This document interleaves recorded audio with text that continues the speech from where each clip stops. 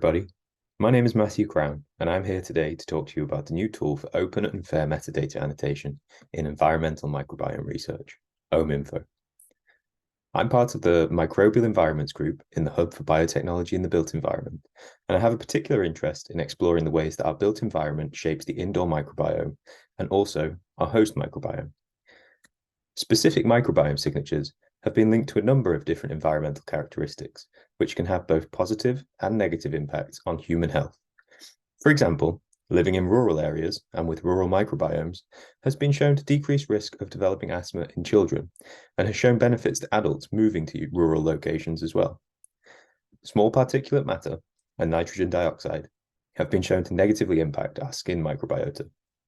And greenhouse gases, such as carbon dioxide, have been shown to alter the rhizosphere soil microbiome.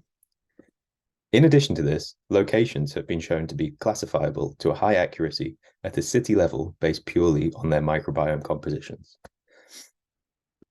It's clear then that global scale environmental characteristics like greenhouse gas concentrations, rurality, and location play a role in shaping the built environment microbiome, but these measurements are not necessarily consistent worldwide. Take, for example, rurality. Shown here are definitions from Statistics Netherlands, used in one of the papers I showed on the previous slides, and a measure of rurality in the US by the Department of Agriculture. There are significant differences between these two definitions of rurality, and this problem exists around the world, where what one country may describe as urban may be rural in another, much larger country.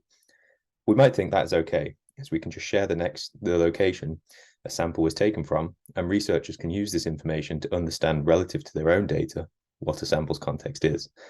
However, sharing an appropriate level of accuracy for location data, retaining useful information without being so accurate as to identify an individual house, which is personally identifiable, is difficult, and oftentimes ethical agreements will prohibit sharing this information. At a global scale, there are a variety of different resources available, which can richly annotate the location with measures including the aforementioned rurality, nitrogen dioxide, carbon dioxide, and many, many more, through the use of data derived from satellites, for example, Copernicus Sentinel, GOSAT, or AURA. This information is frequently used in the geographic information systems fields. However, it requires a good understanding of the underlying data structures, for example, map projections, scaling factors, raster bands, and specific softwares to probe the pixels in an image, on top of which these data files can often be very large, into the order of terabytes in the biggest cases. This makes utilizing such information difficult for microbiome researchers and bioinformaticians without a good knowledge of where to find this data and how to properly use it. So, the problem is, we need to find a way to enable researchers in the life sciences field, including bioinformaticians and wet lab scientists, to be able to easily annotate their location data for samples with a rich set of globally consistent geographic feature annotations in order to derive new insights from the omics data that might be produced to better understand the role the environment is playing in shaping things like the built environment microbiome. This is where OMEinfo comes in. OMEinfo makes it easy to annotate location data with geographical data from a number of sources, currently covering carbon dioxide, nitrogen dioxide, rurality, Köppen Geiger climate classification, and population density. OMEinfo operates through the use of a Dockerized web app to which a CSV file containing sample metadata, including latitude and longitude, is uploaded. To minimize data transfer and avoid the need to download multiple large GeoTIFF files, the files are stored in Cloud GeoTIFF format in an AWS bucket.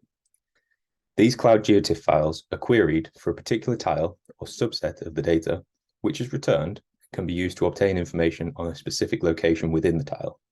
In this way, location data is not shared with the remote server, allowing OMEinfo to be private and secure.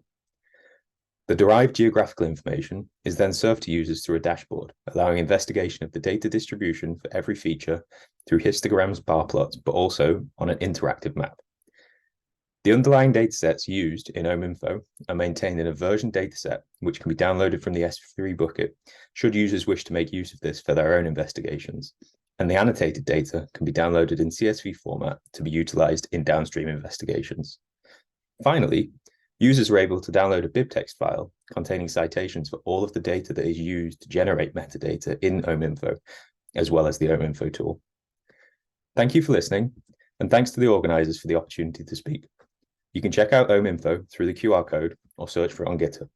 And finally, there's a GIF playing here of uploading data to OMEinfo and what you might be able to see from the outputs. Thank you.